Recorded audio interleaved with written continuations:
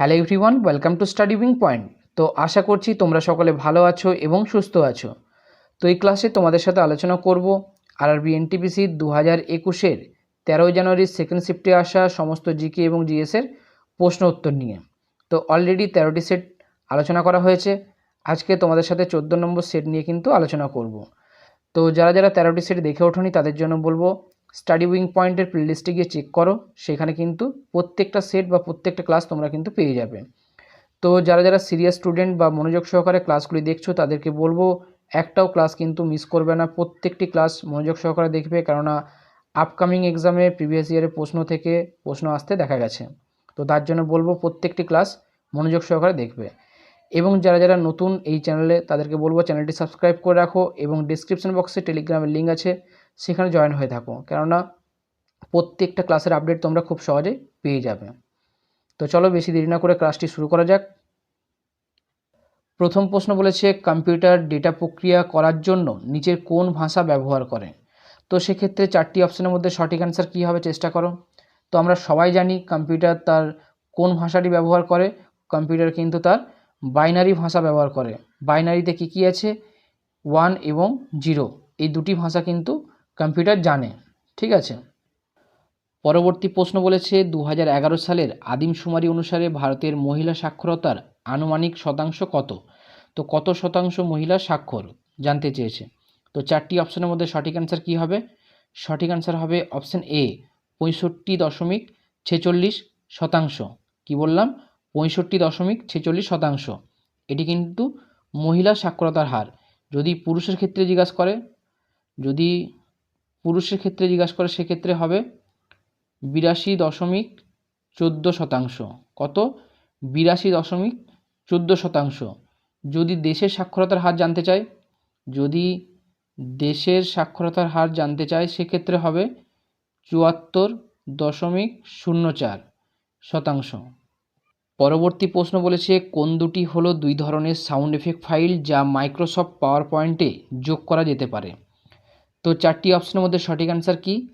4টি অপশনের মধ্যে সঠিক অ্যান্সার হবে option A, web file and mid file. এই দুটো ফাইল কিন্তু পাওয়ার পয়েন্ট এফেক্টের সাথে যোগ করা যেতে পারে। ঠিক আছে, অর্থাৎ ওয়েব ফাইল এবং মিড ফাইল একটি পাওয়ার পয়েন্ট উপস্থাপনায় ব্যবহৃত হয়। ঠিক আছে। পরবর্তী প্রশ্ন বলেছে কে ভারতের নেপোলিয়ান নামে পরিচিত। তো 4টি অপশনের মধ্যে সঠিক অ্যান্সার কী হবে চেষ্টা করো। তো সঠিক অ্যান্সার হবে অপশান বি, সমুদ্রগুপ্ত। সমুদ্রগুপ্ত কিন্তু ভারতের নেপোলিয়ান নামে পরিচিত এবং সেই সঙ্গে সমুদ্রগুপ্ত ছিলেন গুপ্ত বংশের সর্বশ্রেষ্ঠ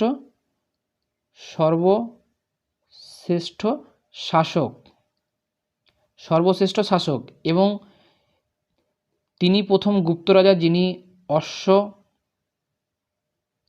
অশ্বমেধ যজ্ঞ করেন। ঠিক আছে, এবং তিনি ধর্মবিজয়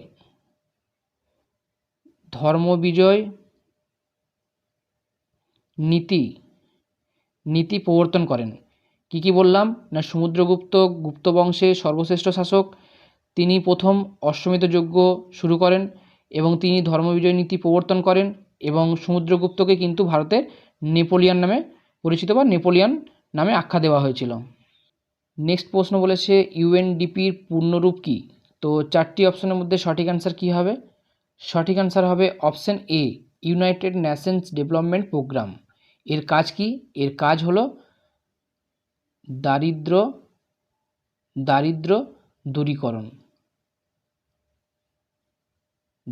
দূরীকরণ হলো এর কাজ। 170টি দেশ এই কাজে লিপ্ত রয়েছে। পরবর্তী প্রশ্ন বলেছে ভারতীয় রাজনৈতিক ব্যবস্থার অধীনে কোথায় মহিলাদের জন্য সংরক্ষণ রয়েছে। তো 4টি অপশনের মধ্যে সঠিক অ্যান্সার কী হবে। সঠিক অ্যান্সার হবে অপশান বি, পঞ্চায়েতি রাজ প্রতিষ্ঠানে মহিলাদের জন্য সংরক্ষণ রয়েছে। তো তোমাদের বলে রাখি 73তম সংবিধান সংশোধনী আইন অনুযায়ী মোট আসন সংখ্যা যতগুলি আছে, মোট আসন সংখ্যা ব্যতীত 1/3 অংশ বা 1/3 আসন মহিলাদের জন্য সংরক্ষিত রয়েছে। ঠিক আছে। পরবর্তী প্রশ্ন বলেছে নিচের কোনটি বেশিরভাগ কোষীয় প্রক্রিয়ার জন্য শক্তির উৎস। তো 4টি অপশনের মধ্যে সঠিক অ্যান্সার কী হবে। সঠিক অ্যান্সার হবে অপশন সি এটিপি। এটিপির ফুল ফর্ম কি না অ্যাডেনোসিন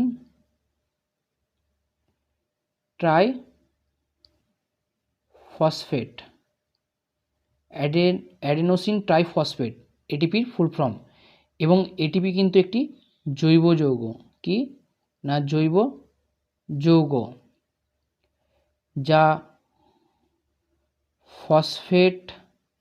ফসফেট গ্রুপ এবং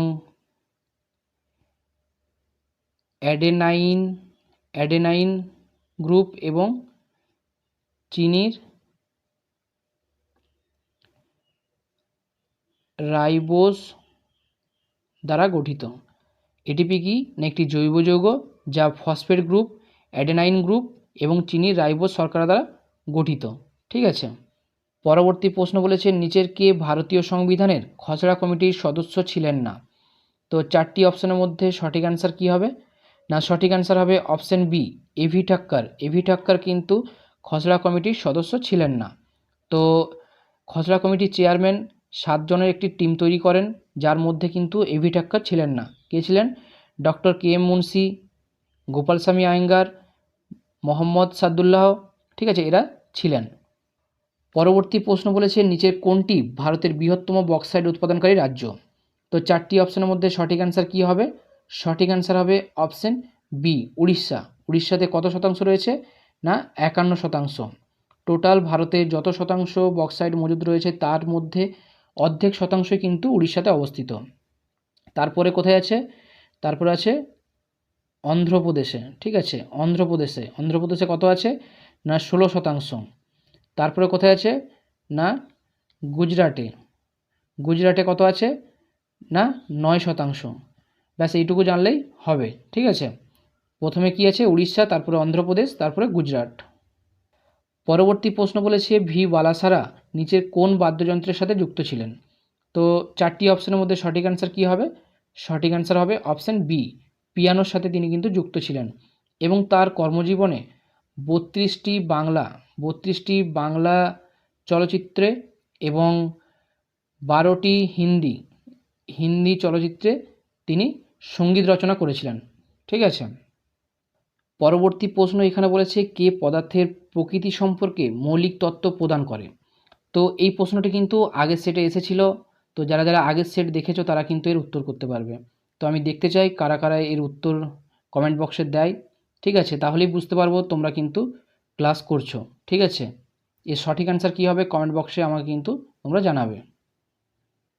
পরবর্তী প্রশ্ন বলেছে সোভিয়েত প্রজাতন্ত্রে স্বাধীনতা ঘোষণাকারী প্রথম দেশের নাম কি? তো সেক্ষেত্রে চারটি অপশনের মধ্যে সঠিক অ্যান্সার কী হবে? সঠিক অ্যান্সার হবে অপশন বি লুধিয়ানিয়া। ঠিক আছে, লুধিয়ানিয়া কিন্তু সঠিক অ্যান্সার। পরবর্তী প্রশ্ন বলেছে নিচের কোন যন্ত্রটি তড়িৎচুম্বকীয় আবেশের ঘটনার উপর ভিত্তি করে তৈরি হয়? তো সেক্ষেত্রে চারটি অপশনের মধ্যে সঠিক অ্যান্সার কী হবে? সঠিক অ্যান্সার হবে অপশন সি জেনারেটর।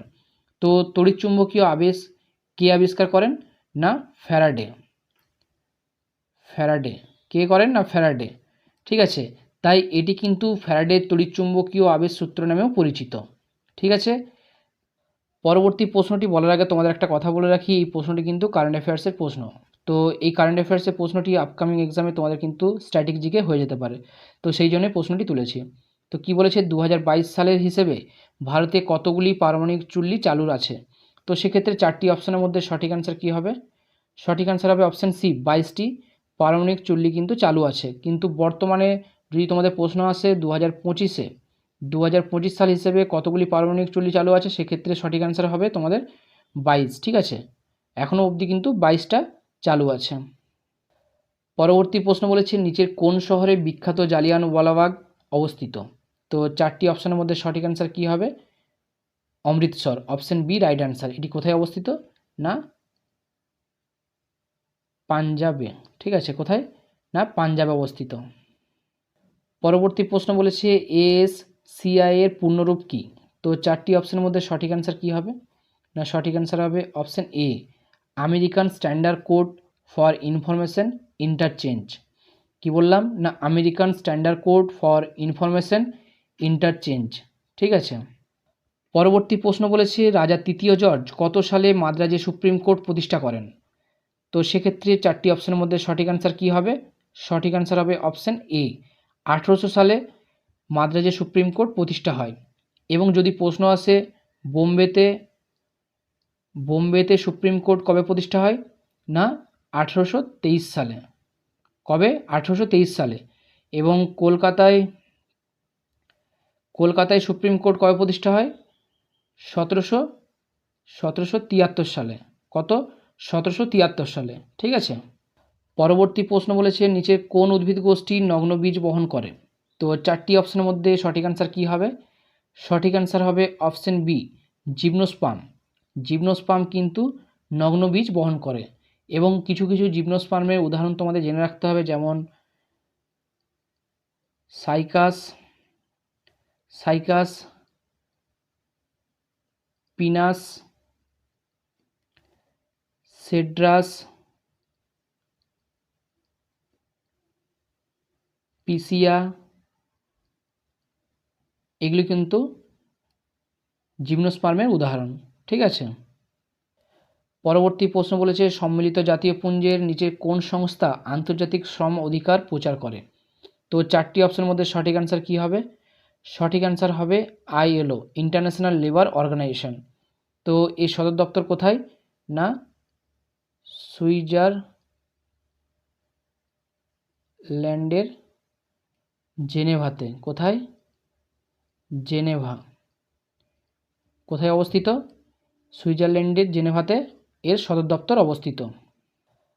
পরবর্তী প্রশ্ন বলেছে নিচের কোন স্থানে নটরাজ নামে একটি পাথরের পুরুষ নৃত্যরত মূর্তি আবিষ্কার হয়েছিল? তো 4টি অপশনের মধ্যে সঠিক অ্যান্সার কী হবে? সঠিক অ্যান্সার হবে অপশান ডি, হরপ্পা। হরপ্পা কোথায় অবস্থিত? না, রাভি নদীর তীরে পাঞ্জাবের মন্টগোমারি জেলায় অবস্থিত। কোথায়? না, রাভি নদীর তীরে পাঞ্জাবের মন্টগোমারি জেলায় অবস্থিত। এবং এটি আবিষ্কার কবে করা হয়? 1921 সালে। কে করেন? না, দয়ারাম সাহানি। 1921 সালে এটি আবিষ্কার করেন। এবং মহেঞ্জোদারো কোথায় অবস্থিত? না, সিন্ধু নদীর তীরে অবস্থিত, যেটা বর্তমানে পাকিস্তানের লারকানা ডিস্ট্রিক্টে কিন্তু রয়েছে। কোথায়? না, পাকিস্তানের লারকানা ডিস্ট্রিক্টে রয়েছে। ঠিক আছে। এটি 1922 সালে রাখালদাস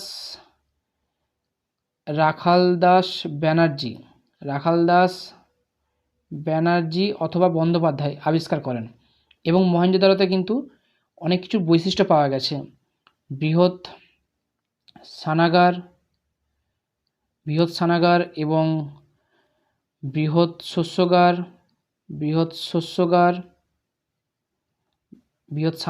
বৃহৎ শস্যাগার এখানে লেখা হচ্ছে না, আমি তোমাদের মুখে বলে দিচ্ছি। দাড়িওয়ালা পুরুষের মূর্তি পাওয়া গেছে, আদি শিবের বৈশিষ্ট্য পাওয়া গেছে সেই সময়, এবং ব্রোঞ্জের তৈরি নর্তকীর মূর্তি পাওয়া গেছে। ঠিক আছে। এগুলি কিন্তু মহেঞ্জোদারোতে পাওয়া গেছে। এবং মহেঞ্জোদারো শব্দটির অর্থ হলো মৃতের স্তূপ। কি বললাম? মৃতের স্তূপ। মহেঞ্জোদারো কথার অর্থ হলো মৃতের স্তূপ। এগুলো কিন্তু পরীক্ষায় আসে। পরবর্তী প্রশ্ন বলেছে 1969 সালে ভারতে কতগুলি ব্যাংক জাতীয়করণ করা হয়েছিল? তো 4টি অপশনের মধ্যে সঠিক অ্যান্সার কী হবে? আশা করি তোমরা সবাই জানো এর সঠিক উত্তর। সঠিক অ্যান্সার হবে অপশান এ, 1969 সালে 14টি ব্যাংক জাতীয়করণ করা হয়েছিল। এবং সেই সময় ভারতের অর্থমন্ত্রী এবং প্রধানমন্ত্রী কে ছিলেন? ইন্দিরা গান্ধী। ঠিক আছে। পরবর্তী প্রশ্ন বলেছে হুমায়ুননামা মুঘলদের জগতের একটি আভাস দেয়, বইটি কে লিখেছিলেন? তো 4টি অপশনের মধ্যে সঠিক অ্যান্সার কী হবে? সঠিক অ্যান্সার হবে অপশান বি, গুলবদন বেগম। তো গুলবদন বেগম কে ছিলেন? আকবরের পিসি। কে?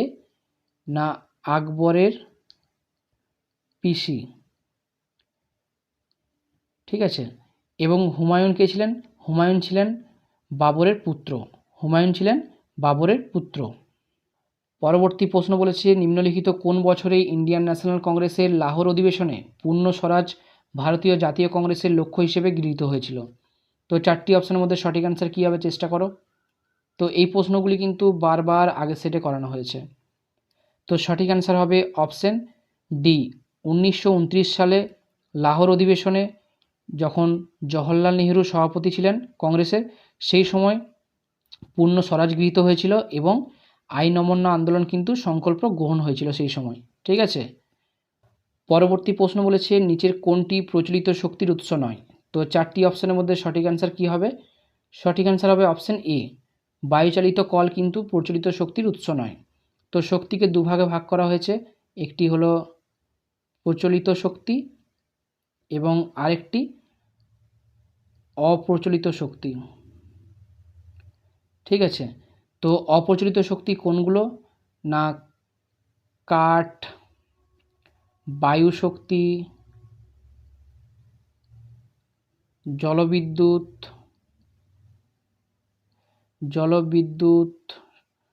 ঠিক আছে, এগুলি কিন্তু অপ্রচলিত শক্তি। এবং যদি তোমাদের জিজ্ঞাসা করে প্রচলিত শক্তি কোনগুলি, তোমাদের হবে তেল, কয়লা, পেট্রোলিয়াম, এগুলি কিন্তু প্রচলিত শক্তি। ঠিক আছে, পরবর্তী প্রশ্ন বলেছে লেন্সের শক্তির এসআই একককে কি বলা হয়। তো 4টি অপশানের মধ্যে সঠিক অ্যান্সার কী হবে আশা করি তোমরা সবাই জানো, তো চেষ্টা করো। তো সঠিক অ্যান্সার হবে অপশান বি, ডায়াপটার। লেন্সের শক্তির এসআই একক হলো ডায়াপটার। পরবর্তী প্রশ্ন বলেছে কে হিন্দ স্বরাজ বইটি লিখেছিলেন। তো সেক্ষেত্রে 4টি অপশানের মধ্যে সঠিক অ্যান্সার কী হবে? সঠিক অ্যান্সার হবে অপশান এ, মহাত্মা গান্ধী। এবং মহাত্মা গান্ধীর আরও একটি ফেমাস বইয়ের নাম কি? The story of my experiment with truth. এবং জওহরলাল নেহরুর সবথেকে ফেমাস বইটির নাম কি? The Discovery of India. ঠিক আছে, এটি কিন্তু মনে রাখবে। এবং সুভাষচন্দ্র বসুর ফেমাস বইটার নাম হলো, এখানে কিন্তু লেখার জায়গা নেই তাও তোমাদের বলে দিচ্ছি, দ্য ইন্ডিয়ান স্ট্রাগল। সুভাষচন্দ্র বসুর ফেমাস বইটির নাম হলো দ্য ইন্ডিয়ান স্ট্রাগল। ঠিক আছে, নেক্সট প্রশ্ন বলেছে JNNURM এর পূর্ণরূপ কী। তো 4টি অপশানের মধ্যে সঠিক অ্যান্সার কী হবে? সঠিক অ্যান্সার হবে option C, Jawaharlal Nehru national urban renewal mission. তো এটি কেন তৈরি করা হয়েছিল? এটি তৈরি করার মেন উদ্দেশ্য হলো শহরে যে সমস্ত দরিদ্র মানুষ আছে তাদের উদ্দেশ্যে কিন্তু এটি তৈরি করা হয়েছিল, বা তাদের ভালো করার জন্য। পরবর্তী প্রশ্ন বলেছে হায়দ্রাবাদে dash remote sensing satellite data অধিগ্রহণ এবং প্রক্রিয়াকরণ, তথ্য প্রচার, বায়বীয় রিমোট সেন্সিং এবং দুর্যোগ ব্যবস্থাপনার জন্য সিদ্ধান্ত সহায়তার জন্য দায়ী কে। তো 4টি অপশানের মধ্যে সঠিক অ্যান্সার কী হবে? সঠিক অ্যান্সার হবে অপশান এ, NRSC, অর্থাৎ ন্যাশনাল রিমোট সেন্সিং সেন্টার। পরবর্তী প্রশ্ন বলেছে চিপকো আন্দোলনের প্রাথমিক উদ্দেশ্য নিম্নলিখিতগুলির মধ্যে কোনটি। তো 4টি অপশানের মধ্যে সঠিক অ্যান্সার কী হবে আশা করি তোমরা সবাই জানো এর উত্তর। তো সঠিক অ্যান্সার হবে অপশান এ, গাছ ও বন বাঁচানো ছিল মেন উদ্দেশ্য। তো 1970 দশকে কিন্তু এটি শান্তিপূর্ণভাবেই হয়েছিল এবং 1973 সালে উত্তরাখণ্ডে কিন্তু এটি খুব আন্দোলনের সাথে ছড়িয়ে পড়েছিল। পরবর্তী প্রশ্ন বলেছে কিসের সংশ্লেষণের জন্য আয়োডিন অপরিহার্য। তো 4টি অপশানের মধ্যে সঠিক অ্যান্সার কী হবে? না সঠিক অ্যান্সার হবে অপশান সি, থাইরক্সিন। তো তোমাদের একটা কথা বলে রাখি, থাইরয়েড গ্রন্থি হলো বৃহত্তম অন্তঃক্ষরা গ্রন্থি। থাইরয়েড গ্রন্থি কি না বৃহত্তম অন্তঃক্ষরা গ্রন্থি যদি তোমাদের জিজ্ঞাসা করে সেক্ষেত্রে সঠিক অ্যান্সার হবে থাইরয়েড। ঠিক আছে, তো প্রিভিয়াস ইয়ারের এক্সামে যে সমস্ত জিকে এবং জিএসগুলি এসেছিলো প্রত্যেকটি 14 নম্বর সেটে কিন্তু ভালোভাবে আলোচনা করলাম। কোথাও বুঝতে অসুবিধা হলে কমেন্ট সেকশানে কমেন্ট করে জিজ্ঞাসা করতে পারো। এবং ভিডিওটি যদি হেল্পফুল বলে মনে হয় একটি লাইক দিয়ে চ্যানেলটি সাবস্ক্রাইব করে আমাদের সাথে থেকো এবং আমাদের পাশে থেকো।